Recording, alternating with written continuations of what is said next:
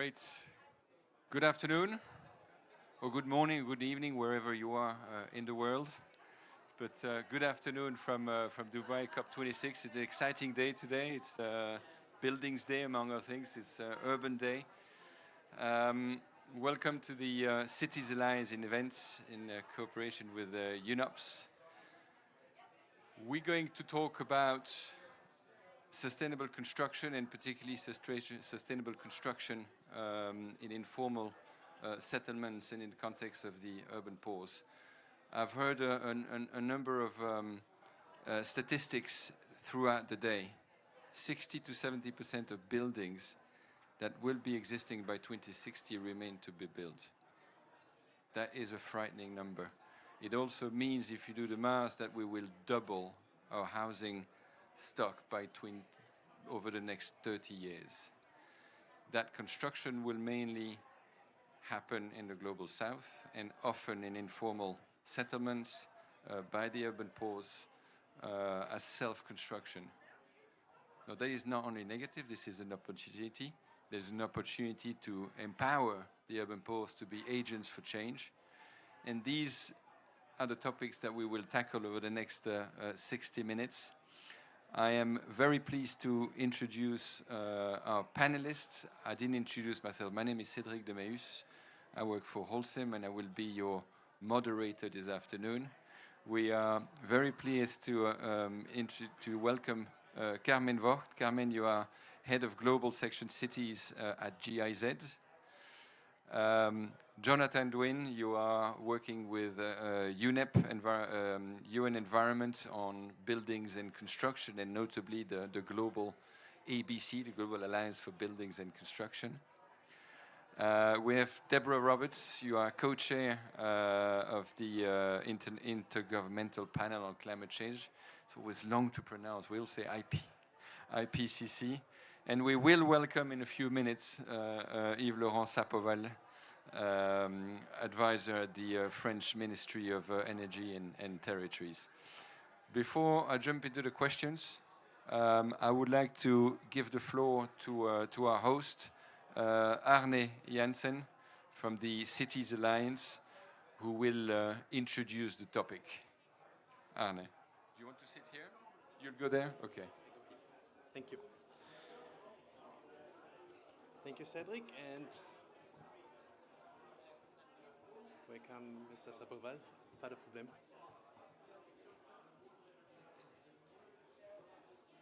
Thank you so much, and thank you, and welcome also on behalf of Cities Alliance. Thanks to the audience for joining us. I know there are a lot of things going on today, and I'm happy you're here to hear from this interesting topic. My name is Arne Jansen. I lead at Cities Alliance our work on climate. And today is Built Environment Day here at COP28, right? And a lot of panels here are discussing technical solutions, regulations, or policies to enable a shift in the way we build our cities. I just want to throw in another point. We're all talking about the need for a just transition. But can everyone afford it, especially when it comes to construction? This is something we would like to discuss today and throw into the broader climate and construction debate that is going on here. You said it already, if half of the expected growth in cities happens in the informal sector, on the informal side, what do we need to reach these people? Right? These are questions we would like to tackle and to get maybe some insights from our panel. Let me briefly tell you who we are and introduce some potential entry points for this debate that we have identified jointly as Cities Alliance through a working group throughout 2023. I will then leave it to our panel to provide their thoughts on the debate. So the Cities Alliance is a global partnership with a very diverse membership. Members like bilateral governments like Germany, France. We have organized civil society like Slum Dwellers International. We have other NGOs, IGOs like World Bank, UN Habitat. And we are hosted by UNOPS. So we are part of the UN system. And a big thanks to UNOPS for hosting us here today. So, Cities Alliance, we are diverse, but we are unified by one goal. And this is to improve the life of people in cities, especially those that are often overheard, the urban poor. If you could click. So how does climate construction and urban poor connect? How do we plan for an urban growth in a sustainable way when a majority of this growth will take actually place in informal context with climate change effects already hitting the urban poor quite tremendously. So this is what we would call the social dimension of sustainable construction. The challenge in the building and construction sectors are huge. I will leave it to our panelists who know much more about the global dimension and implications on this for the climate. But instead I want to focus on the fact that half of all buildings, especially in Africa, will be built primarily by the urban poor and through the informal sector, mostly incrementally, right? What does it mean for us? What does it mean for a global building breakthrough? How do we reach these sectors? So informality and urban poor, that's something Cities Alliance has some experience working on with for now almost 25 years. Some of the known key themes for when we deal with informality are secure land tenure, policy regulations, community leadership, and incremental housing, just to name a few. So how do we bring this together? I would like to show you some entry points we have identified in our working group. We think when you talk about sustainable construction in the urban poor, you need to ask the following questions. First, can they afford it? We need to ensure that sustainable construction options are economically viable for residents. And this goes out then to mainly policymakers, but also the private sector, right? Second, is it sustainable? This focuses on environmental friendly practices, material use, and how to apply circular economy principles in an informal context. Thirdly, do they want it? There's a need to tackle a certain view on local material use and incremental techniques. We need to create positive perceptions, for instance, through a series of pilot projects to showcase some of the results that are working and that are actually feasible and desirable. But we also need to overcome piloting. We need to go to scale as soon as possible to address the urgent challenges of both urbanization and the need for climate resilience building. So the big, small, and the huge market that is there might be also an entry point to bring in the private sector into the discussion. And last but not least, we need to engage people. For all the points raised above, we need to win over the people, involve them in planning processes, listen to them, and create opportunities out of this for a truly just transition, also in the construction sector. Yeah, we have put all of this together. We published the report today. Please visit our website to download, and we are more than happy to work with all of you. So I see some of you are already engaged in the working group, but of course this can be extended, and we are happy to have as many voices and as much insight as possible into the discussion to pitch this among the larger climate debate. Thank you so much, and back to you. Arne, thank you so much for setting the scene. Let's start the discussion. I would like to ask one question to all of you, which is a fairly generic question. In the face of the projected doubling of the global building stock over the next 3 decades, and the need to ensure a just and equitable transition, what is the single most pressing issue that either needs to be addressed or that you are working on within your own role and your own organizations? So, Carmen, I will start with you. Okay. And I propose that we simply go down the line. So please, over to you. Thank you very much, Cedric. And to be very clear, there is no single one unique pressing issue, I would say, and there's no simple answer to this question, because urban development is very complex, and we have to think beyond one solution, one sector, and we really have to address the problems and also the resilience, the housing, the informal settlements as a whole. So for a just global building transition, I would say the role of cities and their inhabitants play a very crucial role.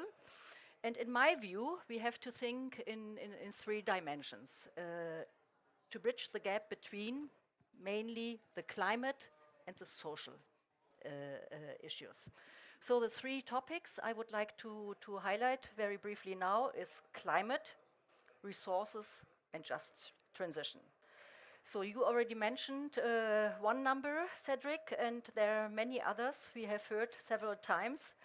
The building and construction sector accounts nearly 40% of total energy-related CO2 emissions, and then we have rapid urbanization, and we know that every week we can build a new Paris, so the need for construction is huge. And we also know the numbers of greenhouse gas emissions, 75% are produced in cities. So what I think we must really realize that cities cannot only contribute to climate change, they also suffer. And I think this is also something we have to address, talking about solutions and addressing also who are the people and the settlements at risk. In this regard, German development cooperation has several ongoing projects, and I briefly want to mention the Cities Adapt project. This is a good example where we aim to strengthen climate adaptation in small and medium-sized cities in Mexico and in South Africa. Maybe Deborah knows this project by nature-based and poor solutions. There are model projects, there are upscaling approaches. I don't want to go too much into details, but please approach me if you are interested in more information on that. Very briefly regarding resources. Building materials make up 1/4 of the current emissions of the building sectors and will increase dramatically. This we all know, but we know also that business as usual, if we don't change the material and also the research and also the standards for construction, then we will have a big problem in the future. Only to mention also 2 examples from our work abroad in Malawi. Our colleagues support the production of climate-friendly bricks through the so-called eco-kiln technology. Locally, there is a need for 100,000 new homes per year and an associated use of 3.5 billion bricks per year. So this is a good amount. So these bricks are mainly used by waste materials coming from the tobacco and food industry and emits 85% less CO2 compared to other methods. And now I only want to make a short link to our collaboration with UNEP, the Transforming.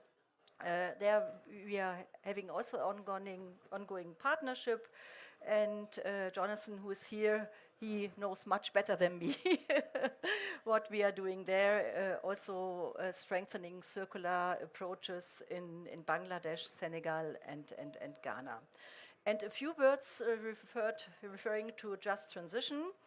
I think here it is really important to combine the goals of poverty reduction and informality with the agenda against climate change, and also to consider to leave no one behind, job creation, and also knowledge, strengthening knowledge in information and skills. And with this I would stop here. There's much more to share, but to give it to my next neighbor. Carmen, thank you. And perhaps I'll add, if there's one thing that I take out of the actions that you were explaining, it's actually project-based action. Exactly. You mentioned the the Cities Adapt and project in Mexico, the eco kiln. Those are concrete, for the lack of a better word, concrete actions taking place and projects. We need more projects. Fantastic. Jonathan, same question to you. What's your priority? Many priorities, just as Carmen said. I think it's difficult to say one priority. But if we think about the fact that was mentioned earlier, 70% of the buildings might still have to be built, especially if we look at Africa. That means we're not looking that much at the operational energy of a building, and that actually we need to address the material supply chain and transform towards more sustainable materials overall, because that's what the people are going to use to build their buildings, and that's where their emissions are going to come from. So if we look, I have a few facts, of course, to share, but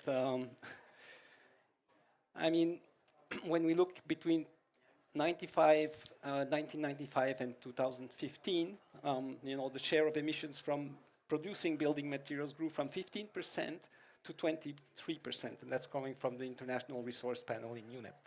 And this is continuing to increase.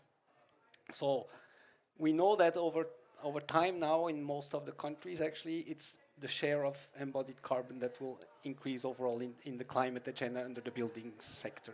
So this is really what we over the last, I would say, 2 years are bringing more attention, especially with the support also from Germany, because under the global ABC, we have also started to looking at what can we do about materials. And again, when talking about circularity, how can we bring more circularity into the process of building and construction? Now, if we talk about the informal sector, they're probably very circular already. And they are also not the ones that maybe go and buy those different materials. So for that one, unfortunately, I don't have the solution yet. But of course, if we manage to phase out a lot of maybe, or at least change a number of the materials that we have towards more low carbon solutions and make them affordable, because that will be absolutely critical, then I think we will enter in the right path also for these other communities that actually that are doing self-construction. And it's true that self-construction is actually what happens most, no? Even in France or in our countries. I built with my dad our house when I was a kid. So I mean, it's something I think all of us are doing. Most of the people build their own house in a way, or work with a small entrepreneur to do so. So I think also it's really important to work with the small and medium enterprises, to do quite a bit of training with them on how to apply the materials and how to use the materials, because one of the things that we realized, for example, with cement, is that some of the people don't know how to use cement and use much more cement than what they need in their construction, for example. So overall, we in our report are promoting 3 strategies that need to work together. On the one end, of course, as the first one, and which I think is still the priority, integrating circularity and thinking really about, okay, how do you avoid basically using too many materials, and how can you reuse as much as possible the materials that you've been using in your buildings? The second one is how can we shift to other solutions in terms of materials, whether they are bio-based or hybrid. And then, of course, there are the main construction materials that we are using today, and there we need to really work on looking at how we can decarbonize them as much as possible and making them more sustainable.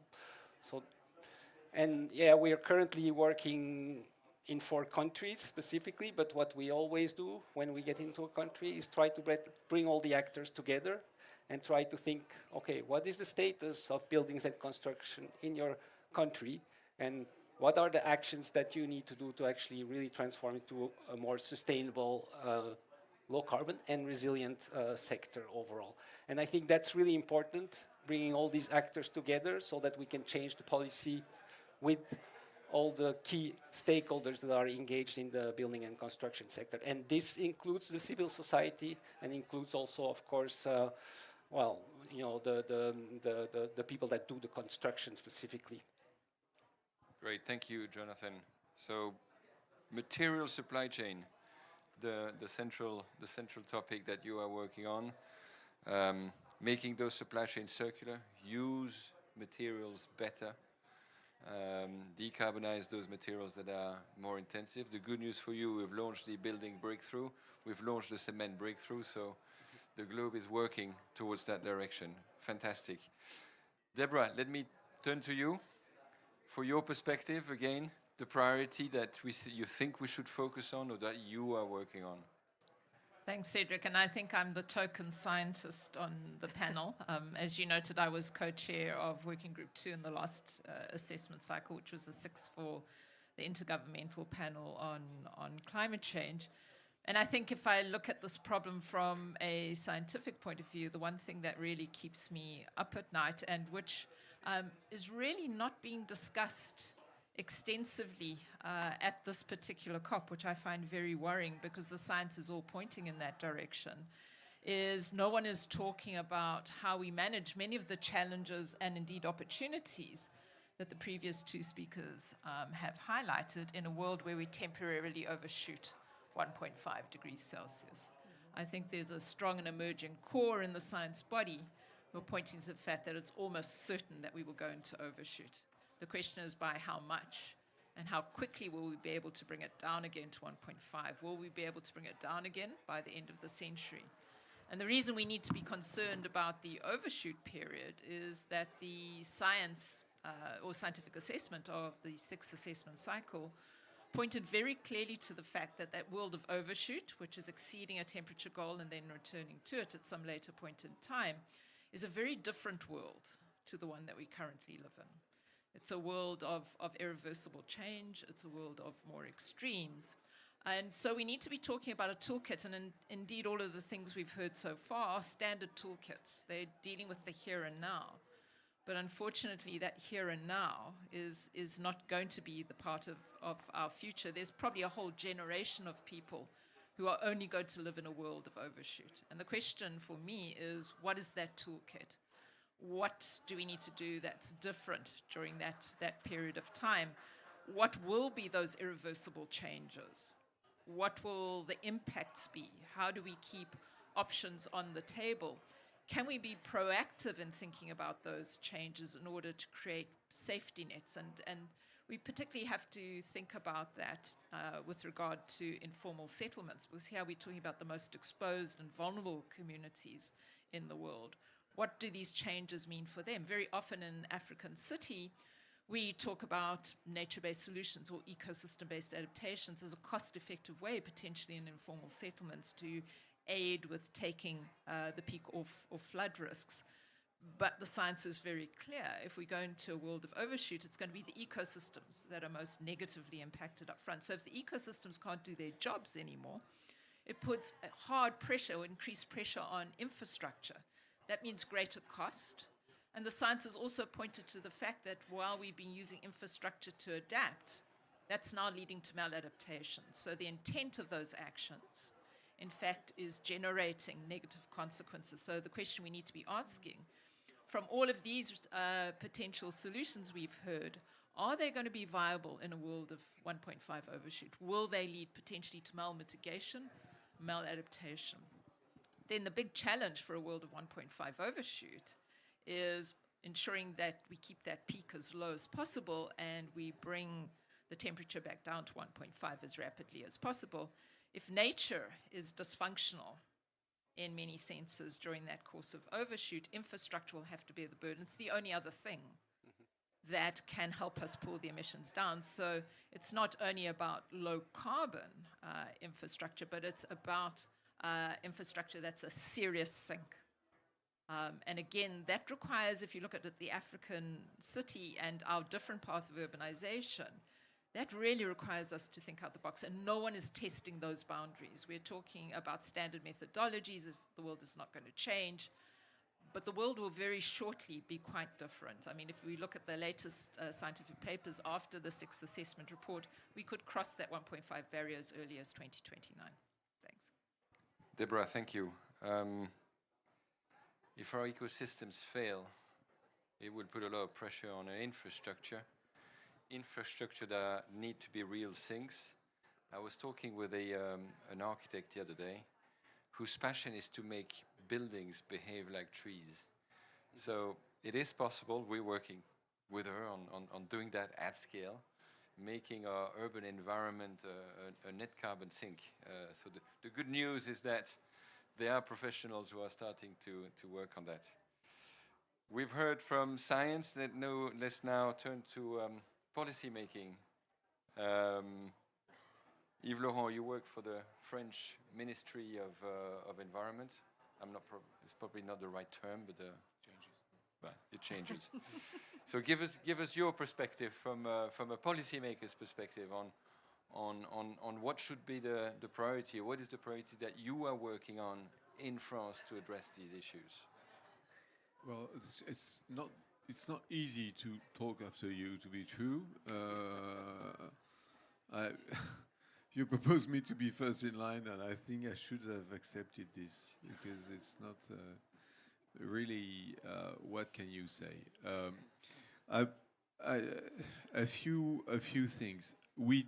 Of course, okay. In France, we do everything right. If that's what you want to know, we have an ambitious renovation policy. We have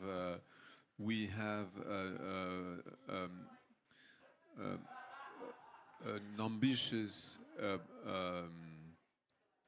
regulation for new buildings, and we help the local authorities to develop local climate plans. We organize local COPs, regional COPs. We give some money for them to.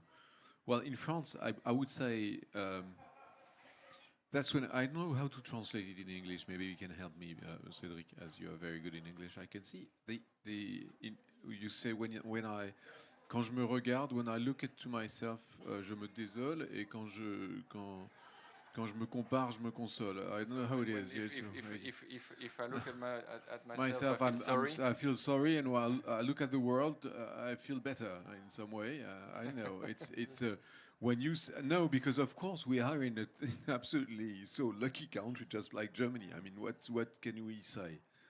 When I go, what can we say? Try to help, and even if we can help, because solutions has to come from others, but I know maybe we can help others to find their own solutions. Well, I know. So, regarding your points, without taking into account this one, I think there is, because there is not only the overshoot, there is I was looking at my cell phone. I was not looking to my personal text message. I was looking to the translation of le jour du dépassement. It's overrun day. So we have an overrun day. What is this related to the perspectives that we've been mentioning here? Because we are already overrunning. So how is it going to be if 3/4 of the population of the world is willing to get to the same level as we are in France? Not mentioning here France, okay? So I don't know. I think first thing is maybe to question those big figures that we are always repeating, like the doubling of built surface. Is there going to be enough sand in the world to double the surface? So what if there is not? What does it lead to? So that would be my first point. I'm sorry. I'm not sure to have an answer, but I'm sure that resources is the main challenge. Not only, I mean, energy is a resource, but natural resource, natural things, natural trees. So I have no answer. You are the scientific person here, but I think it's. I'm thrilled that we are supposed to be the specialists here. I mean, people think we are, and what we see is that we don't question these things that we are all. We are repeating these questions all the time. I've seen some demographic projections that are very different from the one that the UN is currently using, and it's not. I mean, this. I think it's a big bank and it's a financial institution that has projections in terms of demography that are very different. And so this is the question of are we going to double the floor area to have empty spaces at the end of the day in 2100? How do you say 21009? Okay. So this is the first question. For now, we have very concrete questions. So I think to solve these very short-term concrete questions, I would say there's a few solutions. First, we have to think low-tech, local solutions, passive solutions. And this is on the table. In some way, we have to look. Don't say that. I'm gonna say it off the record. I was in Saudi Arabia to MENA Climate Week, and I was there on the green buildings, Saudi green buildings. Very interesting in talking about green buildings, and they said, what is the priority for us for next years to be able to build what we have to build? So I said that it's not a priority you have in front, it's a priority you have in your past. I mean, look, it's been 1,000 years people have been living into hot countries. Solutions, I mean, not everybody wants to live under the ground, but when you see what the Roman palaces in Tunisia in the desert that exist, I mean, there's Roman villas, magnificent Roman villas under the ground. Well, I don't know.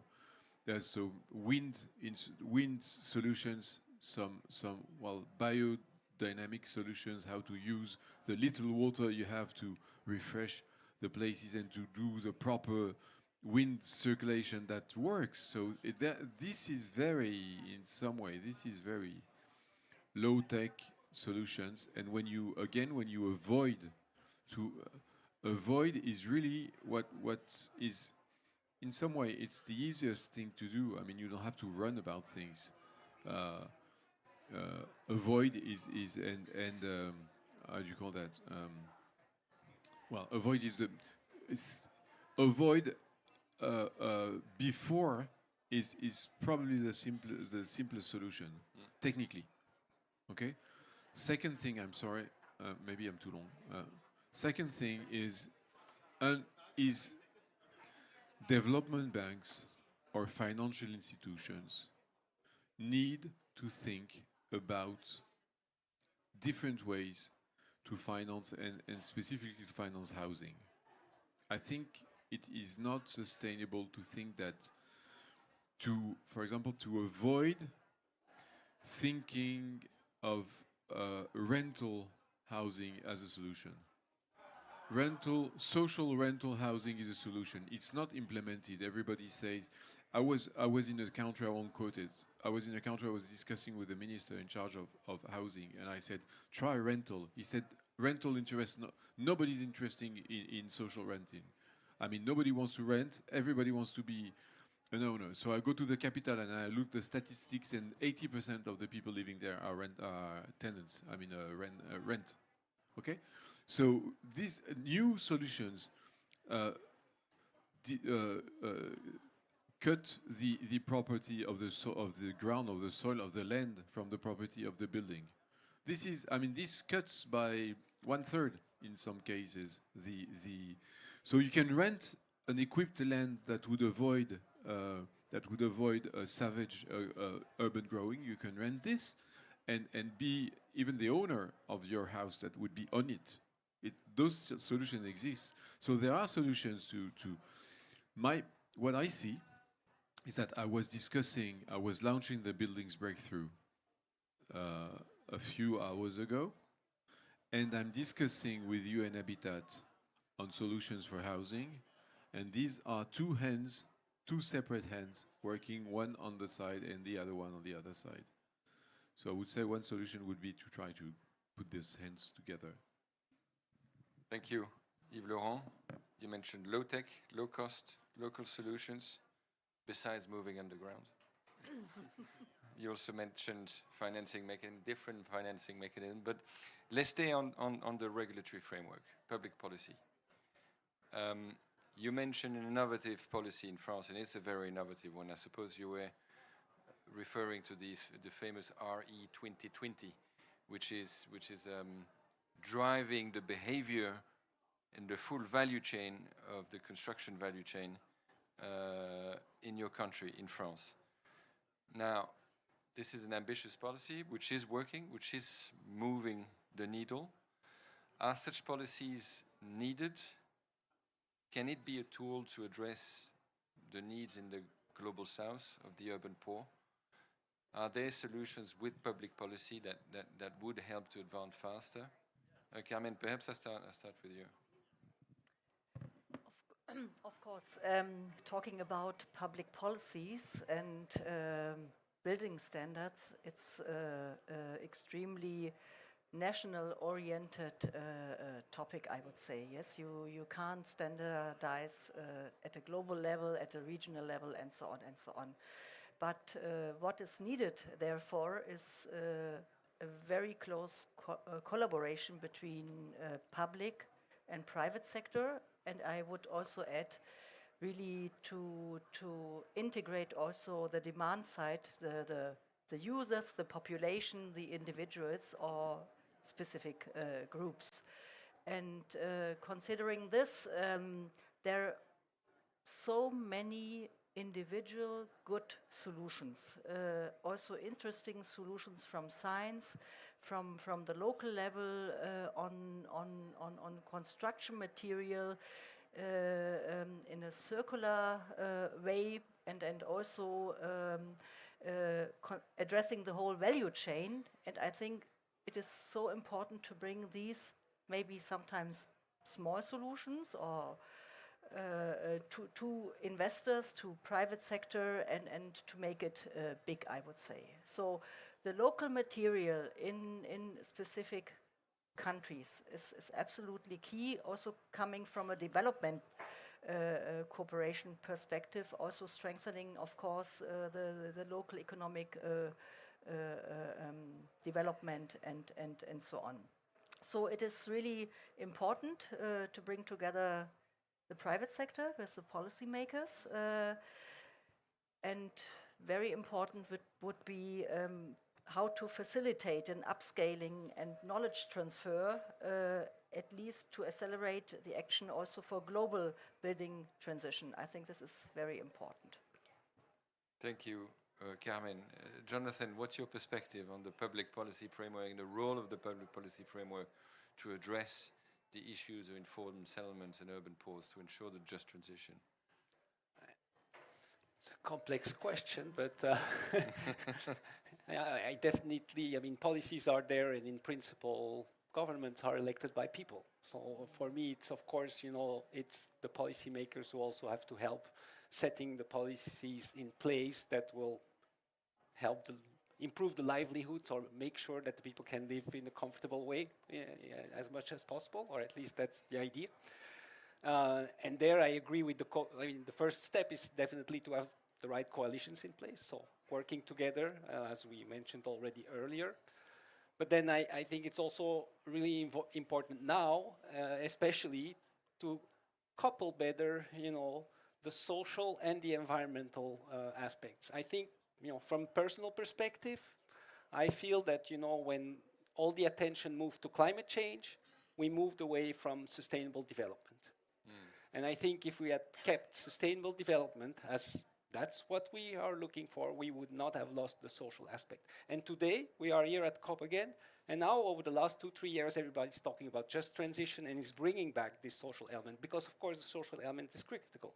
In the end, it's not about the planet. The planet will continue turning and you know, whatever. But you know, if we want to survive as a human species, it's about how do we live with our environment and with our planet. So I think it's really important to bring, you know, all these social policies and integrate in these environmental aspects. So I think that's an element that is important for all the policymakers to do and for all the other actors to help and support with. So that's, and then, I mean, I do think also that, you know, we really have to look also at the gender issues, because in the end, it's we you know, you see it in many ways. There is it's actually most of the time the vulnerable you know, parts of the population that are the ones that, and most of the time it's a gender issue. I mean, we can see there's a lot of imbalance there. So how can we bring those elements of gender also linked with the social.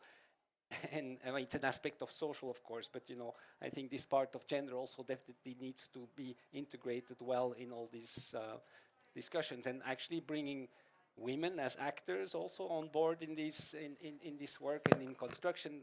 It's amazing in some countries where you go, where you see women that are carrying the cement bags and all these things, or the stones on their heads.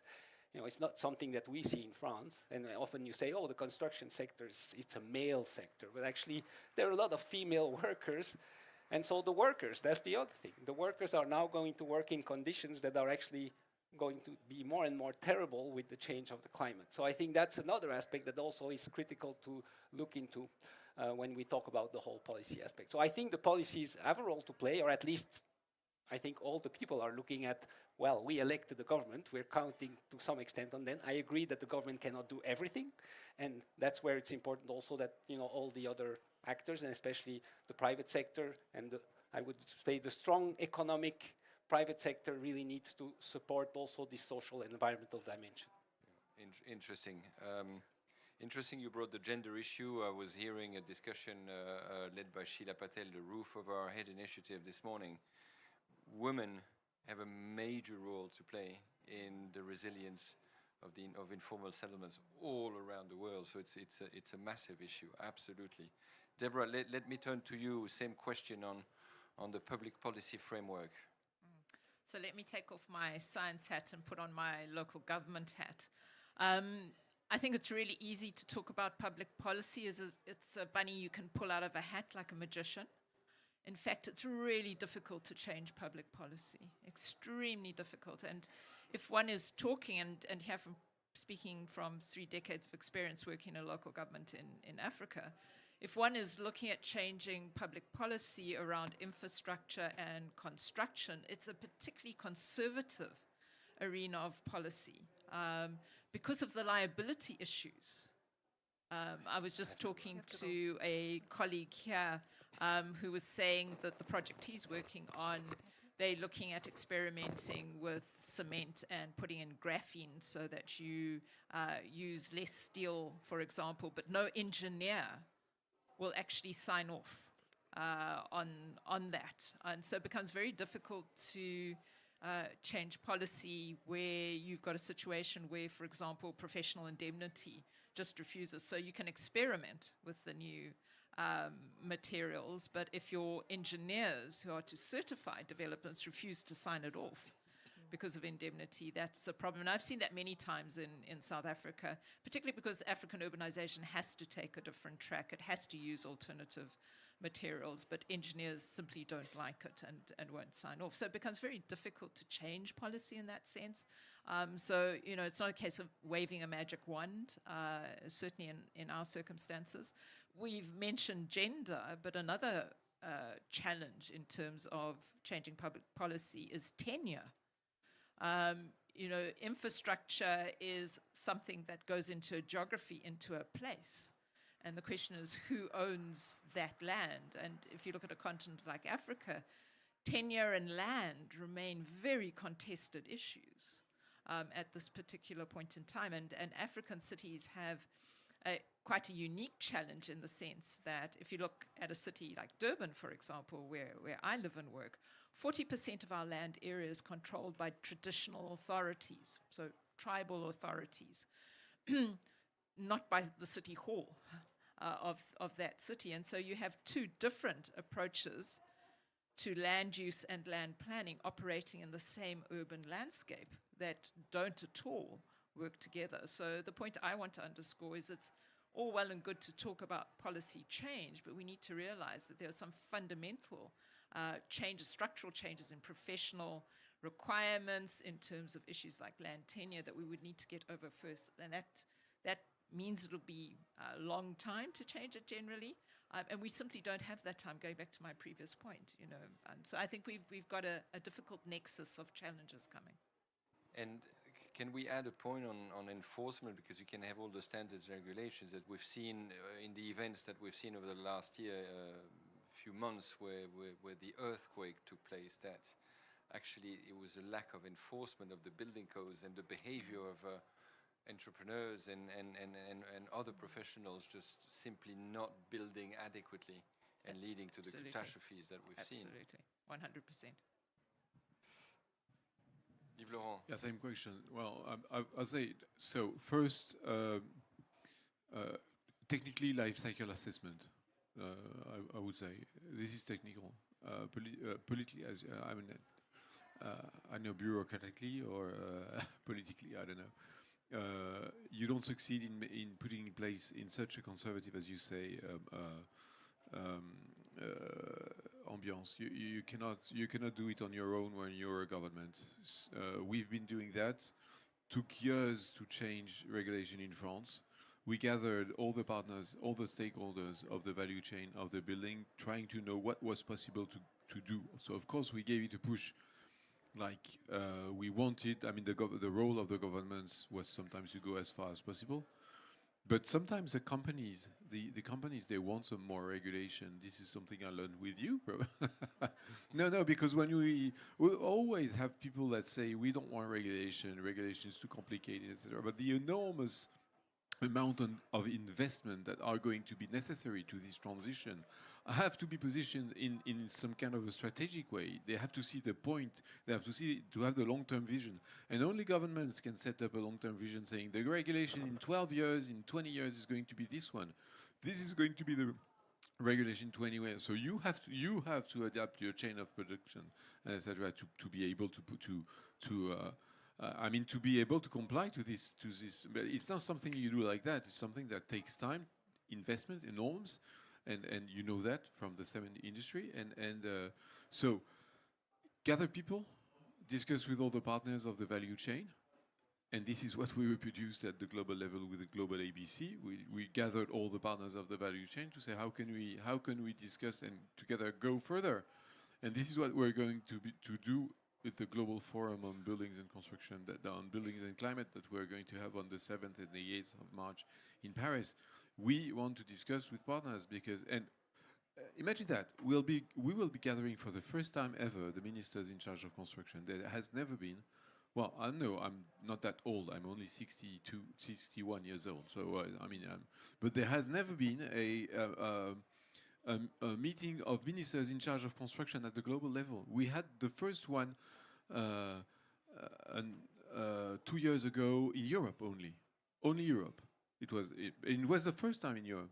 So because, as you say, construction is something very local and usual, but the methodology of gathering all the people together, trying to enhance, trying to go further together and to ask the real question together.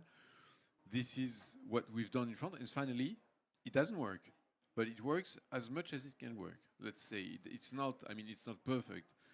I was joking. Of course, it's not perfect. Of course, there's people arguing about the error 2020, etc., and this and that is pushing wood or cement or the.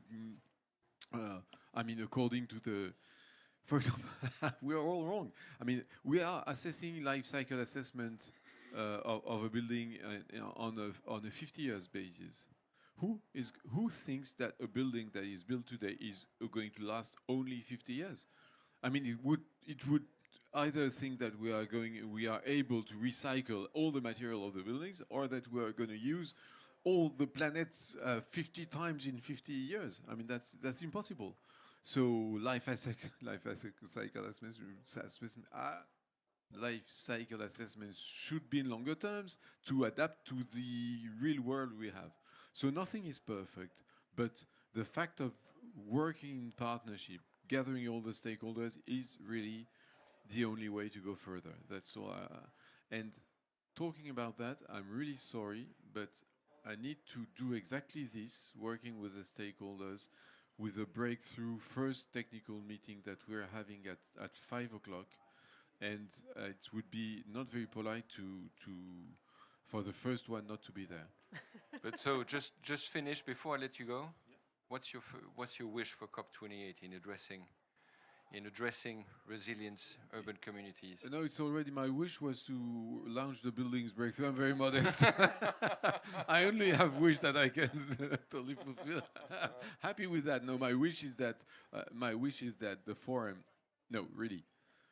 we have one opportunity to make the case for building at this forum, gathering government and stakeholders.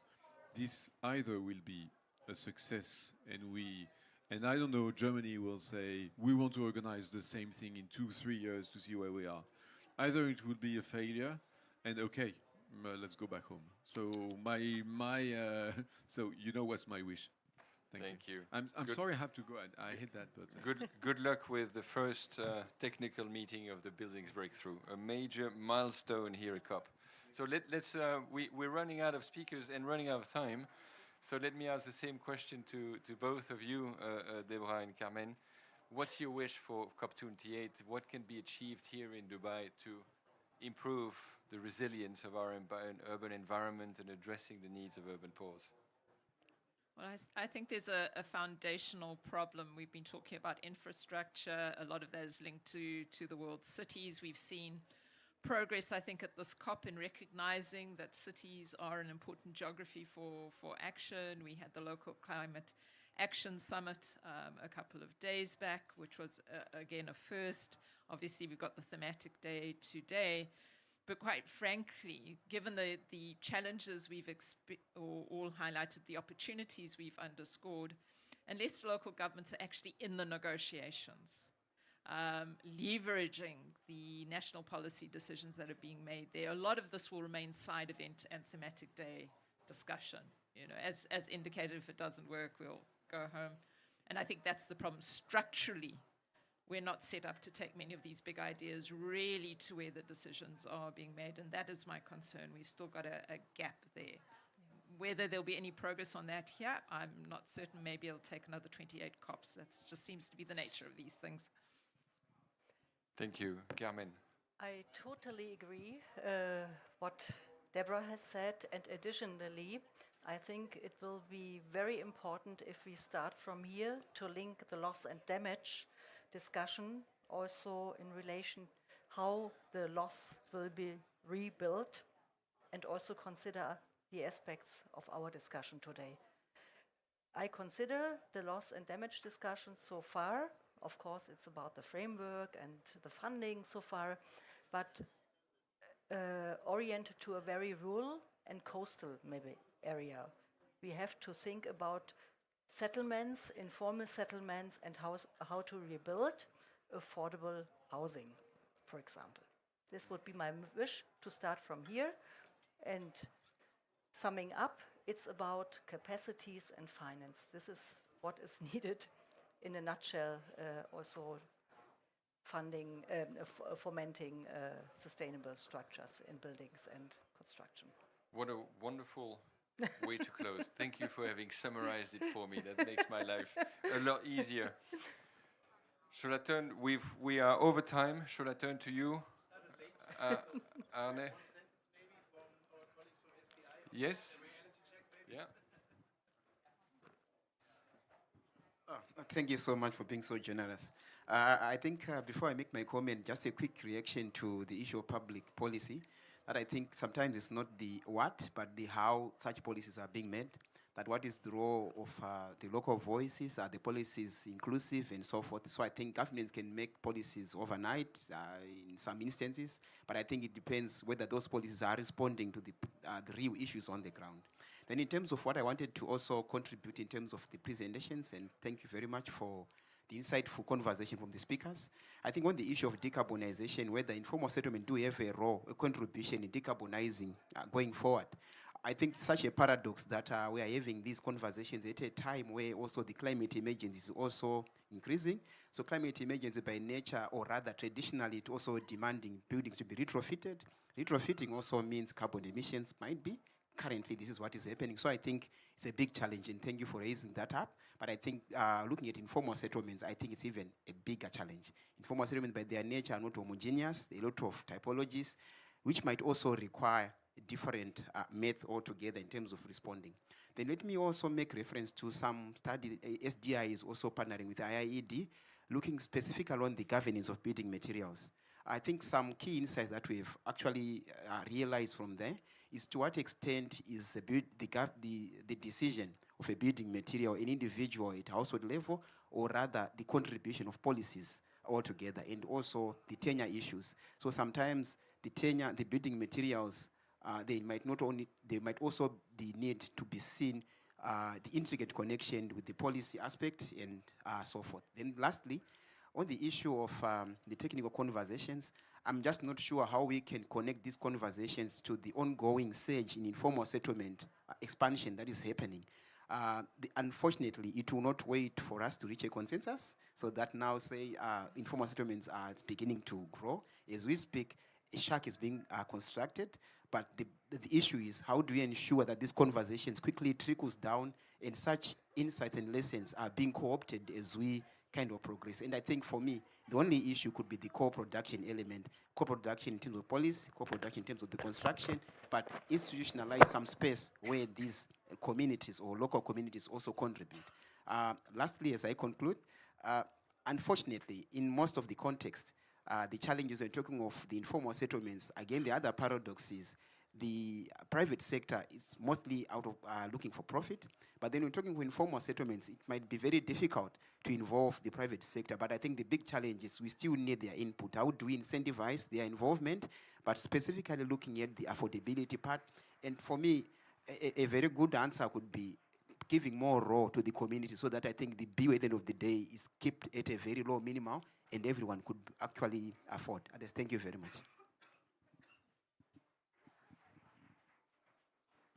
Any comments, contribution? No? Arne, shall I turn to you to close? Good. So thank you so much, Deborah and Carmen, for joining us. It's a fascinating discussion. Lots of work ahead, but a few ideas that we can take home. Thank you, the audience, for being here. And let's continue the work and the conversation. Thank you.